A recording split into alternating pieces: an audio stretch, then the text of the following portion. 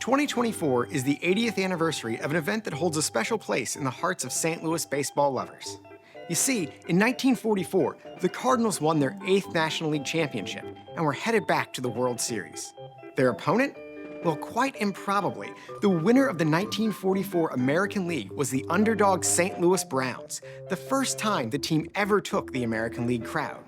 What that meant was that in 1944, the entire World Series would be played in one city at one ballpark.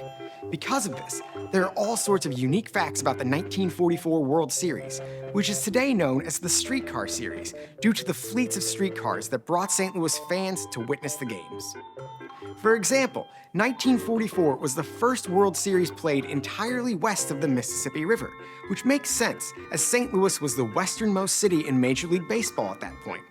Back then, there were 16 teams in Major League Baseball, and they were all situated in the Northeast and Midwest. St. Louis would be baseball's sole outpost west of the Mississippi until 1955, when the Philadelphia Athletics moved to Kansas City. Today, 13 of the 30 teams in Major League Baseball play west of the Mississippi River. 1944 also marked only the third World Series where every game was played at one stadium. In this case, that stadium was Sportsman's Park, home to both the Cardinals and the Browns. It was the last World Series played all at one ballpark until 2020, when COVID restrictions necessitated that every World Series game be played in one stadium. But perhaps the oddest fact surrounding the All-St. Louis World Series is a story involving the managers of the Cardinals and the Browns.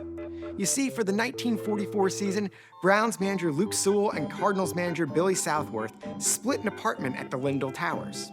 There was a housing shortage, and since the Browns and Cardinals were never in St. Louis at the same time, the two managers figured they could just split the apartment with no difficulties. When one man was at home, the other would be on the road. They rarely even saw one another. As the season wound down, and the likelihood of an All-St. Louis World Series grew, Sewell, who was in St. Louis with the Browns, eventually sent a telegram to Southworth asking what should be done if the Browns should clinch the American League pennant. Southworth, who was on the road with the National League leading Cardinals, sent a telegram back to St. Louis to Sewell saying, quote, "The Browns are going to win the pennant, so you go right ahead and stay in the apartment. I have rooms available at a hotel, and I'll just move in there when we return home," end quote. Apparently, though, the apartment brought no extra luck to Sewell and the Browns. The Cardinals ended up winning the World Series in 6 games, clinching their second championship of the 1940s and their 5th World Series title.